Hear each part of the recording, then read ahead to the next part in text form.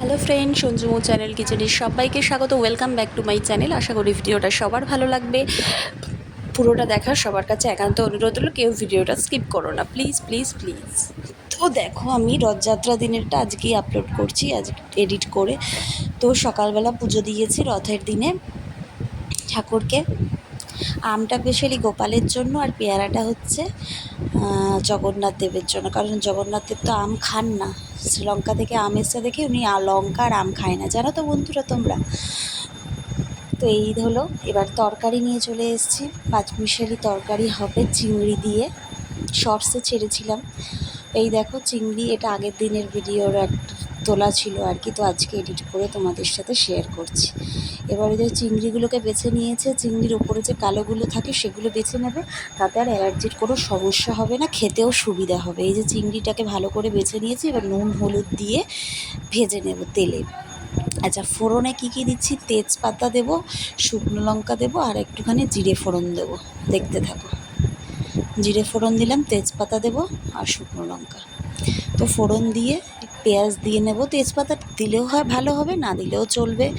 নিরামিষ হলে তেজপাতাটা বেশি লাগে, যেহেতু আমিষ পেঁয়াজ দেওয়া হচ্ছে। তো পেঁয়াজ দিয়ে একসাথে ভেজে নেব। আর এখানে চিংড়িটা সেরকমভাবে ভাজা হবে না, আধা আধা ভাজা থাকবে, তাহলে খেতে টেস্ট হবে। আর তরকারির মধ্যে ওখানে দেখতেই পেলে পটল, এই যে এবার দিয়ে দিলাম চিংড়িটা, মোটামুটি ভাজা হবে। পটল, তারপরে আলু, কুমড়ো সবজি রয়েছে, আর ডাঁটা রয়েছে, কাটোয়ার ডাঁটা দিয়ে করা হয়েছে। কাটোয়ার ডাঁটা দিয়ে ভীষণ সুন্দর লাগে, কিন্তু খেয়ে দেখো বন্ধুরা, হেভি টেস্ট হয় এই তরকারিটা। এই যেগুলো চিংড়িটা আধা আধা ভাজা হয়ে এসছে, তখন কি করলাম, আমরা তরকারিটা দিয়ে দিলাম। এবার পরিমাণ মতো নুন হলুদ দেবো। নুনটা দিলে তাড়াতাড়ি সেদ্ধটা হয়ে আসে। এবার একটু পরিমাণ মতো নুনটা দিয়ে দিলাম। এবার নাড়ানাড়ি করছি ভালো করে, নাড়ানাড়ি করছি ভালো করে, দেখতে পাচ্ছ তোমরা কষানো হচ্ছে। ওই সাইডে পড়ে গেছে, তো ওটা আবার তুলে নেওয়া হচ্ছে, কারণ গ্যাস আমাদের খুব ভালো করে মোছা হয়। এবার হলুদটা দিলাম। আমরা রোজ রান্না হয়ে গেলে গ্যাস প্রচণ্ড খুব ক্লিন করে মুছে নিই, তাই জন্য গ্যাসের সাইডে পড়লেও সেটা তুলে নিয়ে দিতে কোনো অসুবিধে হয় না, ঠিকঠাকভাবে পরিষ্কার থাকে দেখে। তো রান্নাঘর সবসময় ক্লিন রাখাটাই বেটার। এই দেখো নুন হলুদ হলো। এবার যে সর্ষে পোস্ত বেটে রাখা হয়েছিল, সর্ষে পোস্ত দিয়ে হবে এটা। এই তরকারিটা সর্ষে পোস্ত দিয়ে খেলে না, কাটোয়ার ডাঁটার এই তরকারিটা হেভি লাগে। বন্ধুরা খেয়ে দেখো একদিন, তারপরে আমাকে জানিও যে কীরকম লাগলো। এই হলো ব্যাপার। সর্ষে পোস্ত দিয়ে, এখানে আর জিরে ধনে গুঁড়ো দেবো না, সর্ষে পোস্ত যেহেতু অ্যাপ্লাই করছি, তো ভীষণ সুন্দর লাগে। তারপরে দেখো নাড়িয়ে চাড়িয়ে নেওয়া হচ্ছে, আর একটু জল দিয়ে দেবো, তারপর ঢেকে দেবো। নাড়ানো চাড়ানো চলছে।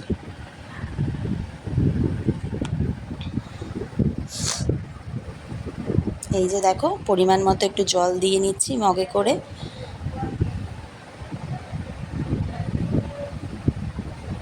তো বলো বন্ধুরা, তোমরা কেমন আছো? রথে কেমন এনজয় করলে?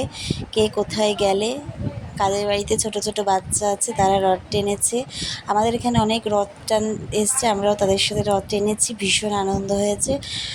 জগন্নাথ দর্শন হয়ে গেছে।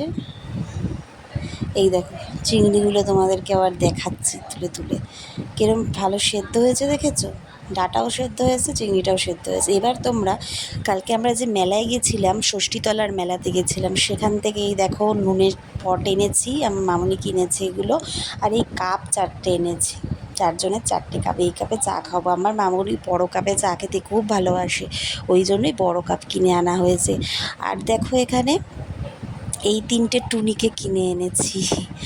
আচ্ছা, তারপর আবার চলে আসলাম তোমাদের সাথে। এটা হচ্ছে উচ্ছে ভাজা। আমাদের উচ্ছে মাঝে প্রায়ই হয়, কারণ বাড়িতে সুগারের পেশেন্ট আছে, তো উচ্ছে আমাদের খেতেই হয়, নাহলে ভীষণ মুশকিল হয়ে যাবে। তো এই দেখো নুন হলুদ দিয়ে মাখিয়ে উচ্ছেটাকে ভেজে নেব। আর সাথে হয়েছিল, আর কি একটা মাছ হয়েছিল, সেটা আর দেখানো হয়নি। আর একটা তেলাপিয়া মাছ হয়েছিল, সেটা আর দেখে ওঠা হয়নি। এই হলো ব্যাপার। তো দেখো উচ্ছেটা কড়াইতে তেল আসার সাথে সাথে ভেজে নিচ্ছি। ওগুলো যেগুলো দেখলে কালকে আমরা মেলায় গেছিলাম তো ষষ্ঠীতলার মেলা, সেখান থেকে ওগুলো আমরা কিনে এনেছি। দেখতেই পেলে টুনিগুলো ওখান থেকে কিনেছি। এই যে এদিকে তরকারিটাকে ঢেকে রেখেছিলাম 5-7 মিনিট মতো, প্রায় সেদ্ধ হয়ে গেছে। এই দেখো এবার একটু চিনি দিয়ে নিচ্ছি। এই তরকারিটা একটু মিষ্টি মিষ্টি ঝাল ঝাল হলে বেশ ভালোই লাগে খেতে। আর যেটা বলার কথা সেটা হচ্ছে পোস্ত শস্য কিন্তু বাটার সময় লঙ্কা দিয়ে বাটা হয়েছে, 7-8টা মতো লঙ্কা দিয়েছিলাম। তো সে কারণে লঙ্কার গুঁড়োটা আমরা খুব একটা ইউজ করি না, সবারই একটু গ্যাসের প্রবলেম আছে। তো লঙ্কার গুঁড়োটা কম খাওয়াটাই, যতটা অ্যাভয়েড করা যায় লঙ্কার গুঁড়ো ততটা ভালো। কাঁচা লঙ্কা ঝাল হতে পারে বেশি, কিন্তু কাঁচা লঙ্কার কোনো অপকার নেই। আর সেটা আজকে আমি অর্ডার দিয়েছিলাম কিছুদিন আগে ফ্লিপকার্টে। তো রান্নাঘরের এই কৌটোগুলো চলে এসেছে। কেরম লাগলো জানিও বন্ধুরা, ভালো লাগলে লাইক কমেন্ট শেয়ার করুন। নতুন বন্ধু রান্নাঘর সাজাতে কেনা ভালোবাসে। তো রান্নাঘরে আটা নয়, আটার জন্য বড় আছে, ময়দা চানাচুর এগুলো রাখার জন্য কৌটোগুলো অর্ডার দিয়েছেন। ফ্লিপকার্ট থেকে নেওয়া হয়েছিল, 600 টাকা প্রাইস, 300